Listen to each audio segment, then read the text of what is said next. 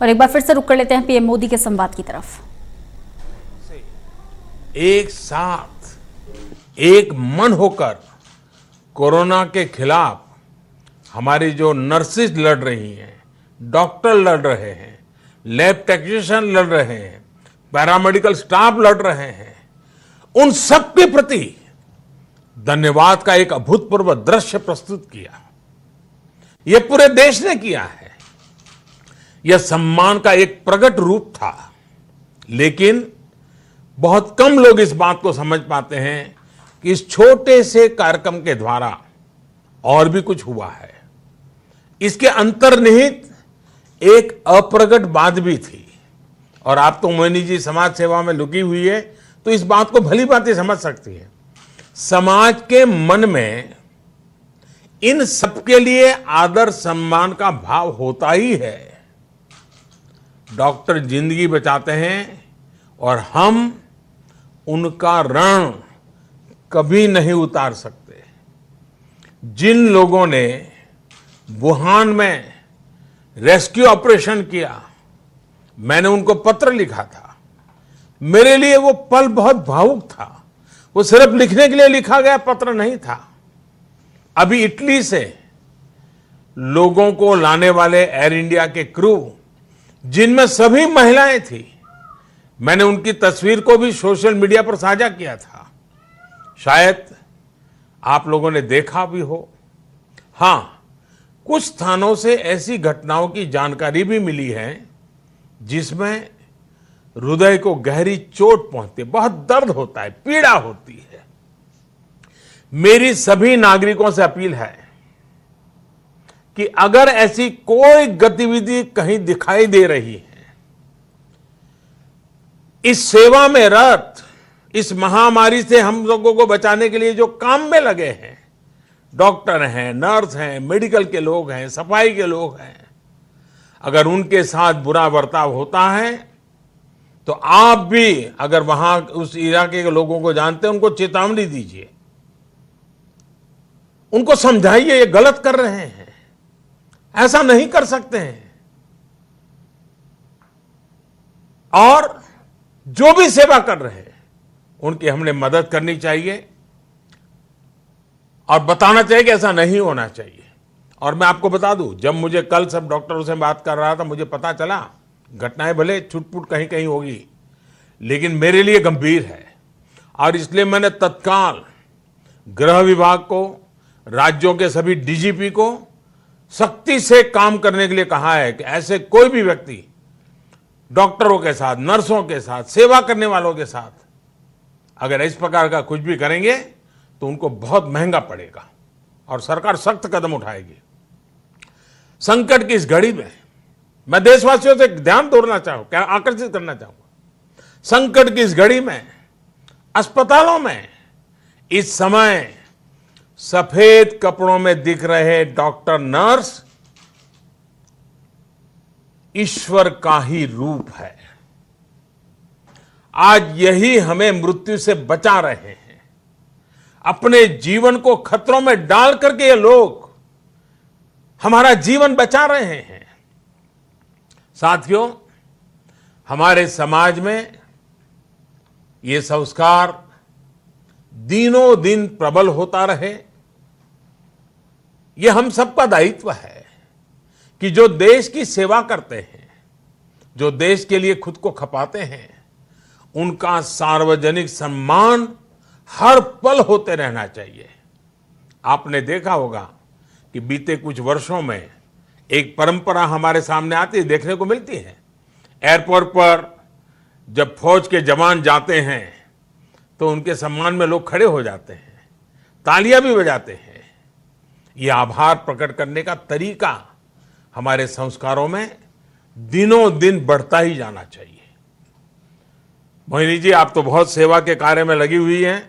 इन दिनों जरूर कुछ न कुछ आप भी करती होगी। मैं फिर एक बार आपका आभार व्यक्त करता हूं। आइए, काशी के कोई और महानुभाव से भी मौका मिलेगा मुझे बात करने का।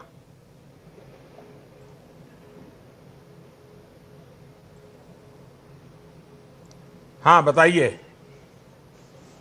प्रणाम। मैं अखिलेश खेमका, मैं कपड़े का कारोबारी हूँ और मैं अपने व्यापार के साथ साथ कुछ समाज सेवा का भी जरूरतमंदों की सेवा करता रहता हूँ। मेरा ये मन में क्वेश्चन था कि आज के दिन जो लॉकडाउन हो गया है, इस वजह से बहुत से हमारे साथी लोग अपनी जगह पे अटक गए हैं तथा जो हमारे गरीब वर्ग के लोग हैं, जो प्रतिदिन मेहनत करके कमाते हैं, मजदूर, डेली बेसिस के स्टाफ, ये लोग के सामने एक मुश्किल आई हुई है। और अगर हमारे बनारस सहित, हमारे वाराणसी सहित पूरे देश के जो इस गरीब वर्ग के लोग हैं, इन लोग पर विशेष ध्यान देने की ज़रूरत है। तो मैं आपसे एक ही निवेदन करता हूं कि हम लोग को मार्गदर्शन दें कि हम लोग राष्ट्र के युवा और हम लोग जो समाज के लोग हैं, किस रूप में हम इन लोगों की मदद कर सकते हैं। काशी में बात होती हो और कपड़े वाले से बात न हो तो बात अधूरी रह जाती है।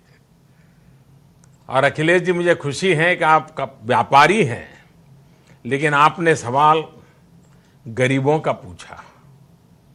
मैं बहुत आभारी हूं आपका।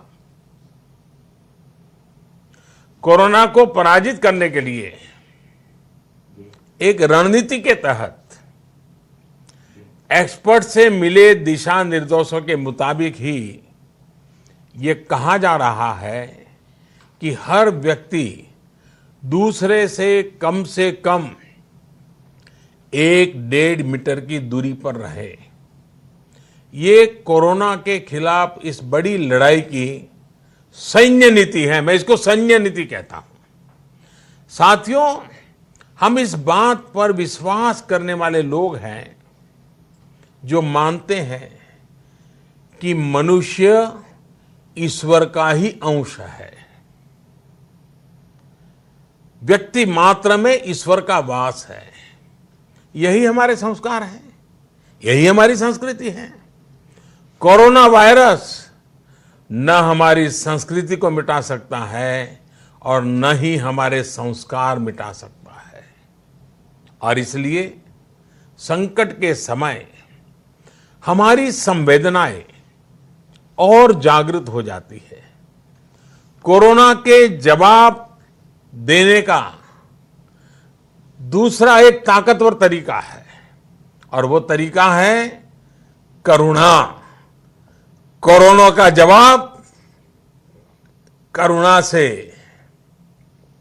हम गरीबों के प्रति, जरूरतमंदों के प्रति करुणा दिखाकर भी कोरोना को पराजित करने का एक कदम ये भी कर ले सकते हैं।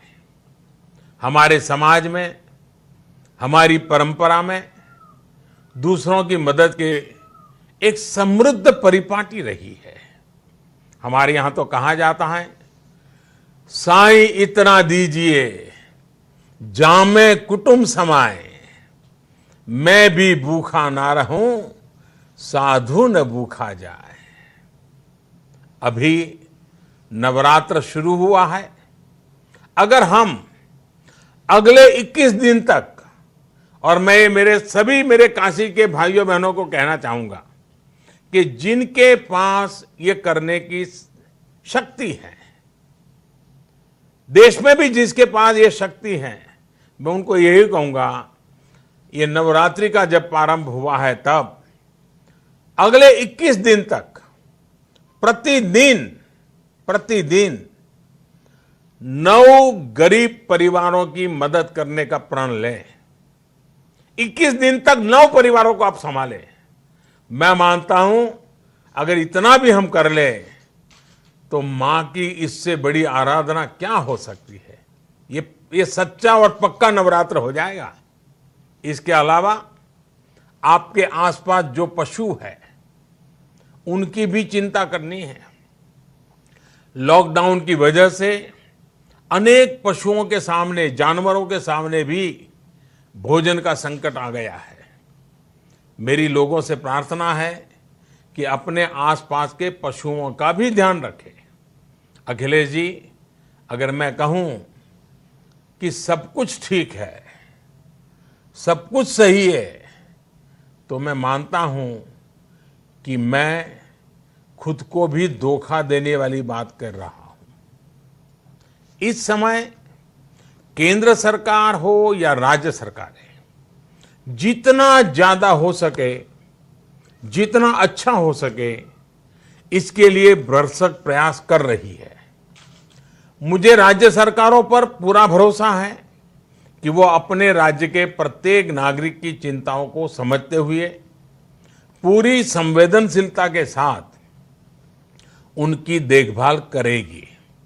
लेकिन साथियों, हम ये भी जानते हैं कि सामान्य परिस्थिति में, यानी कोई तकलीफ नहीं है, कोई आपदा नहीं है, मुसीबत नहीं है, सामान्य परिस्थिति में भी कभी बिजली चली जाती है, कभी पानी आना बंद हो जाता है, कभी भी उनमें मदद के लिए आने वाले हमारे जो कर्मचारी है वो अचानक लंबी छुट्टी ले लेते हैं। तमाम तरह की दिक्कतें बिना बताए, बिना किसी पूर्व सूचना के हमारे जीवन में आती रहती हैं। ये हम सब हिंदुस्तानियों का अनुभव है। ऐसे में, और वो तो मैं संकट के समय नहीं कहता हूं, सामान्य स्थिति में भी आती है। ऐसे में जब देश के सामने इतना बड़ा संकट हो, पूरे विश्व के सामने इतनी बड़ी चुनौती हो, तब मुश्किलें नहीं आएगी, सब कुछ अच्छे से होगा, ये कहना अपने साथ धोखा करने जैसा होगा। मैं मानता हूं कि ये सवाल बहुत महत्वपूर्ण है कि व्यवस्था ठीक है या नहीं, सब कुछ सही से हो रहा है या नहीं हो रहा।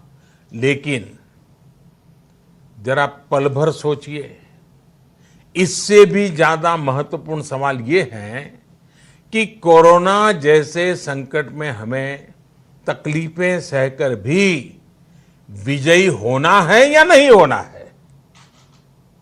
जो तकलीफें आज हम उठा रहे हैं, जो मुश्किल आज हो रही है, उसकी उम्र फिलहाल 21 दिन ही है।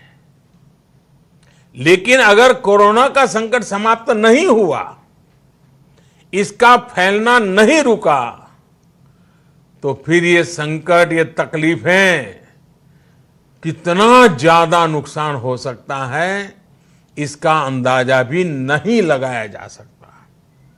ऐसे कठिन समय में प्रशासन के द्वारा, नागरिकों के द्वारा, सिविल सोसाइटी के द्वारा, सामाजिक संगठन, सांस्कृतिक संगठन, धार्मिक संगठन, राजनीतिक संगठन, सब कोई जो भी कार्य कर रहे हैं, सराहनीय कार्य किए जा रहे हैं, उसे ज्यादा से ज्यादा प्रोत्साहित किए जाने की आवश्यकता है। आप सोचिए, अस्पतालों में लोग 18-18 घंटे काम कर रहे हैं। कई जगह अस्पतालों में हेल्थ सेक्टर से जुड़े लोगों को 2 या 3 घंटे से ज्यादा सोने को नहीं मिल रहा है। कितने ही सिविल सोसाइटी के लोग हैं जो गरीबों की मदद के लिए दिन रात एक किए हुए हैं। इस कठिन परिस्थिति में ऐसे लोगों को हमें नमन करना चाहिए। हां, हो सकता है कुछ जगहों पर कमियां हो, किसी ने लापरवाही की हो, लेकिन ऐसी घटनाओं को खोज खोज करके, उन्हीं पर ध्यान केंद्रित करके, उन्हीं को आधार बनाकर उसी को प्रचारित करना, उस सेक्टर को बदनाम करना, उनको हताश कर देना, ये ऐसे समय में कभी लाभ नहीं करता है। मैं तो आग्रह करूंगा, हम समझे निराशा फैलाने के लिए हजारों कारण हो सकते हैं। मैं नहीं कहता हूं सब गलत होते हैं, हजारों कारण हो सकते हैं, लेकिन जीवन तो आशा और विश्वास से ही चलता है। नागरिक के नाते कानून और प्रशासन को जितना ज्यादा सहयोग करेंगे, उतने ही बेहतर नतीजे निकलेंगे। हम सभी का प्रयास होना चाहिए कि प्रशासन पर कम से कम दबाव डालें, प्रशासन का सहयोग करें। ये अस्पताल में काम करने वाले, ये पुलिसकर्मी, ये सरकारी दफ्तरों में अभी जो लोग काम कर रहे हैं, जो हमारे मीडिया कर्मी हैं, ये कोई बाहर के लोग हैं क्या? बाहर से आए हैं क्या? ये हमारे ही लोग हैं जी। इतना बड़ा बोझ उन पर आया है तो बोझ कुछ थोड़ा हम भी उठाएं। हमें उनका हौसला बढ़ाना चाहिए, जो इस कठिन परिस्थिति में काम कर रहे हैं। अखिलेश जी, व्यापार जगत में रहते हुए गरीबों की चिंता करने का आपकी भावना, और देश ऐसे अखिलेशों से भरा हुआ है जी। देश में अखिलेशों की कमी नहीं है। आइए हम मिलकर के गरीबों का भी भला करें, जिम्मा उठाएं और इस लड़ाई को जीतें। आइए, और भी कोई सवाल होंगे शायद। अखिलेश जी नमस्ते। हाँ प्रणाम। नमस्ते जी।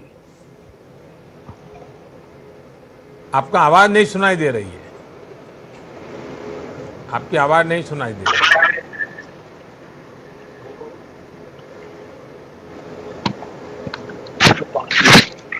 नमस्कार प्रधानमंत्री जी। हाँ नमस्ते नमस्ते। मैं doctor Gopal Nath, professor department of microbiology, चिकित्सा विज्ञान संस्थान बनारस हिंदू यूनिवर्सिटी से हूँ। मैं कोरोना के डायग्नोसिस के लैब का इंचार्ज भी हूँ, जो 16 जिलों की जिम्मेदारी संभाल रहा हूँ। और साथ में ही माँ गंगा के जल से बैक्टीरियोफेजेस निकाल के जो जिस प्रॉब्लम पे मैं सवाल पूछने जा रहा हूँ, उसका वैकल्पिक व्यवस्था पे रिसर्च कर रहा हूँ। प्रधानमंत्री जी, हमारे यहाँ आमतौर पे ये लोगों की आदत है कि वो खुद से डॉक्टरी करने लगते हैं। उन्होंने कहीं से पढ़ लिया, कहीं से सुन लिया, खुद से इलाज करने लग जाते हैं, जो एक बहुत ही खतरनाक स्थिति की तरफ हमें ले जाती है। ये मैं एक माइक्रोबायोलॉजिस्ट होने के नाते कह सकता हूँ। कोरोना की इस बीमारी में ये स्थिति और भयावह हो जाती है, क्योंकि हम जानते हैं कि न तो अभी वैक्सीन डेवलप हो पाया है, न ही कोई स्पेसिफिक दवा डेवलप हो पाई है। फिर भी तरह तरह की भ्रांतियां समाज में फैली हुई है। क्या हम समाज को इस दिशा में और जागरूक करने की कोशिश नहीं करनी चाहिए हमें? प्रोफेसर साहब, आप तो स्वयं इस क्षेत्र के विशेषज्ञ हैं और इसलिए आप सच क्या है, झूठ क्या है, बहुत भली भांति परख सकते हैं। इन विषयों में हमसे ज्यादा ज्ञान आपके पास है और उसके बाद भी आपको चिंता होना बहुत जायज है। हमारे यहाँ डॉक्टरों को पूछे बिना ही सर्दी, जुकाम, बुखार की दवाएं लेने की आदत है। रेल के डिब्बे में अगर हम ट्रैवल करते हो और अगर एक बच्चा रोने लग जाए और लंबे समय तक रोता रहे, बंद न करे, तो रेल के सभी डिब्बों से लोग आकर के सलाह देंगे, ये दे दो, वो खिला दो, वो पिला दो। ये हमने रेल के डिब्बों में देखा होगा। मुझे लगता है कि हमने इन आदतों से बचना है। कोरोना के संक्रमण का इलाज अपने स्तर पर बिल्कुल नहीं करना है। घर में रहना है और जो करना है सिर्फ और सिर्फ डॉक्टरों की सलाह से ही करना है। टेलीफोन पर अपने डॉक्टर से बात कीजिए, उनको पूछिए, अपनी तकलीफ बताइए, क्योंकि करीब करीब सभी परिवारों में किसी न किसी डॉक्टर का परिचय होता है। हमें ये ध्यान रखना है कि अभी तक कोरोना के खिलाफ कोई भी दवाई, कोई भी वैक्सीन पूरी दुनिया में नहीं बनी है।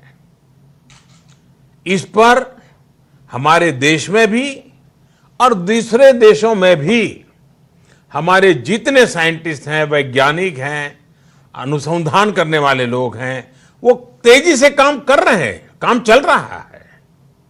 और इसलिए मैं कहूंगा देशवासियों, अगर आपको कोई भी किसी प्रकार की दवाई का सुझाव दे, कृपा करके अपने डॉक्टर से पहले बात कीजिए। सिर्फ डॉक्टरों से सलाह लेने के बाद ही आप दवाइयां लें। आपने खबरों में भी देखा होगा कि दुनिया के कुछ देशों में अपनी मर्जी से दवाएं लेने के कारण कैसे जीवन संकट में पड़ गए हैं। हम सभी को हर तरह के अंधविश्वास से, अफवाहों से बचना है। डॉक्टर गोपाल जी, मैं आपको आभारी हूं क्योंकि आप तो विज्ञान के साथ जुड़े हुए हैं और गंगा की चिंता कर रहे हैं, और ये जो समाज जीवन में चल रहा है इसकी आपको काफ़ी चिंता हो रही है, लेकिन मुझे विश्वास है कि हमें लोगों को समझाना होगा। आइए, गोपाल जी का धन्यवाद करते हुए अगला एक सवाल कौन है जी?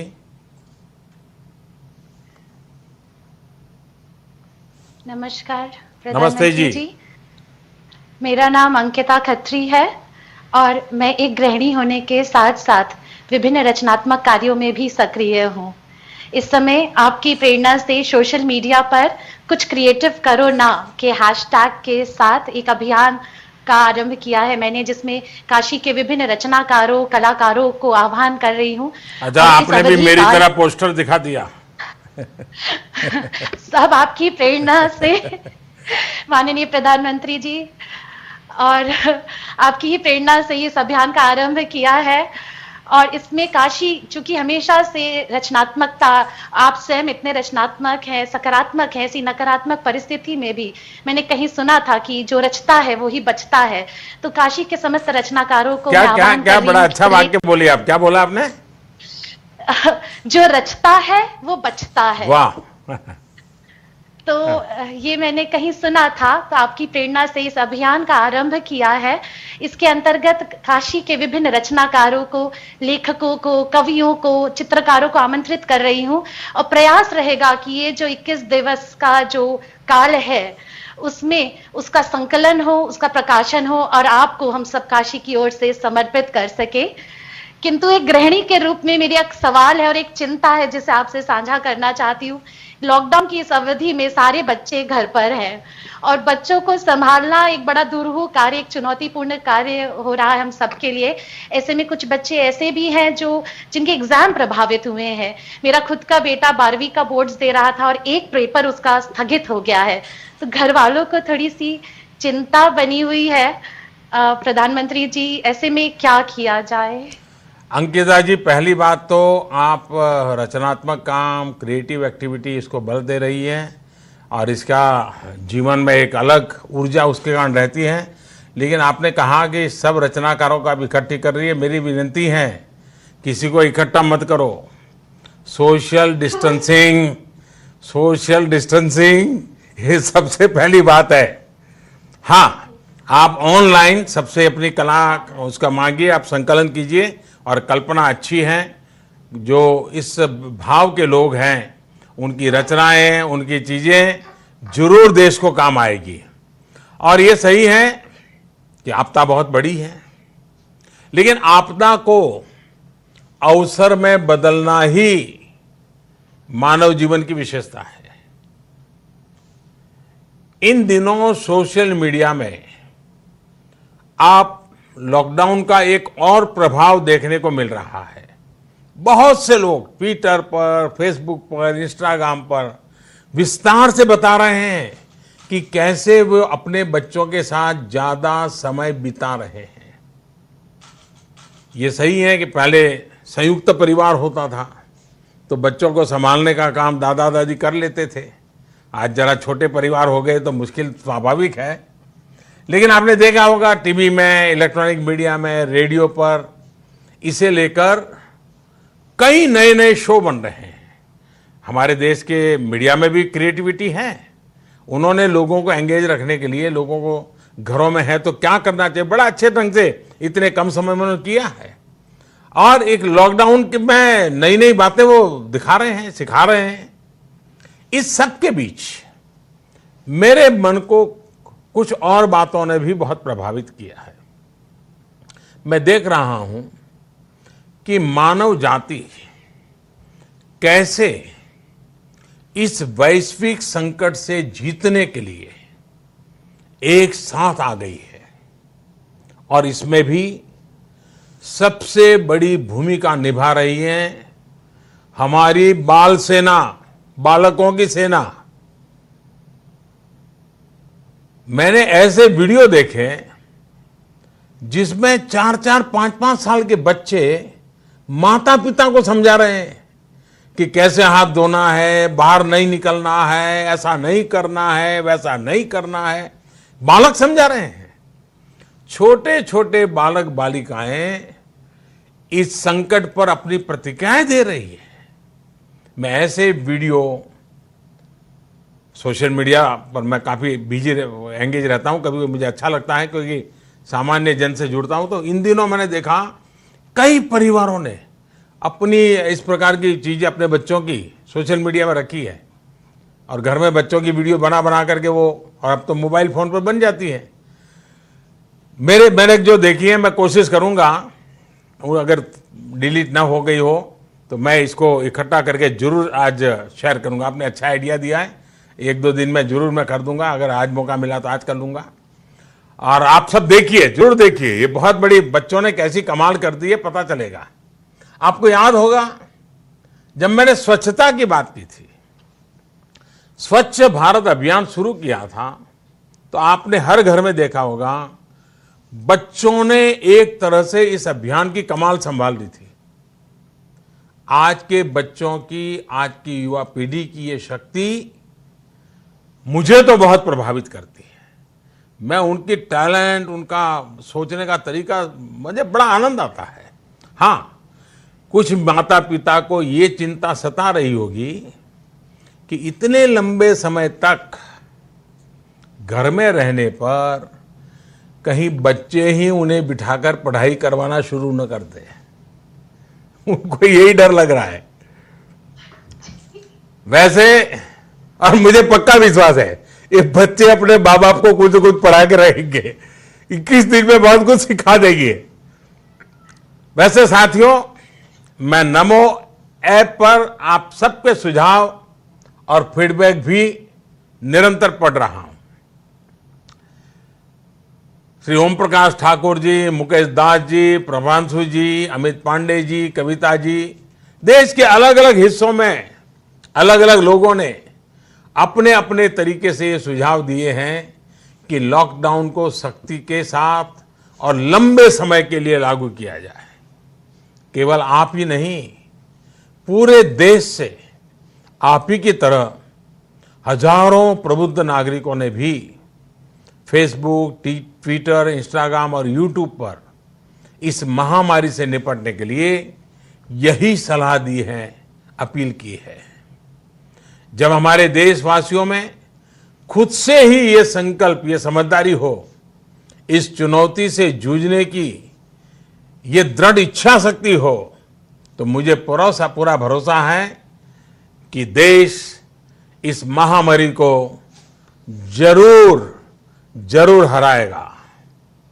अंत में फिर आपसे कहूंगा कि आप सब मेरे काशीवासी, मैं थोड़ा नहीं आ पाया हूं आपके बीच में, मुझे क्षमा करें, लेकिन आप खुद को सुरक्षित रखें, देश को भी सुरक्षित रखें।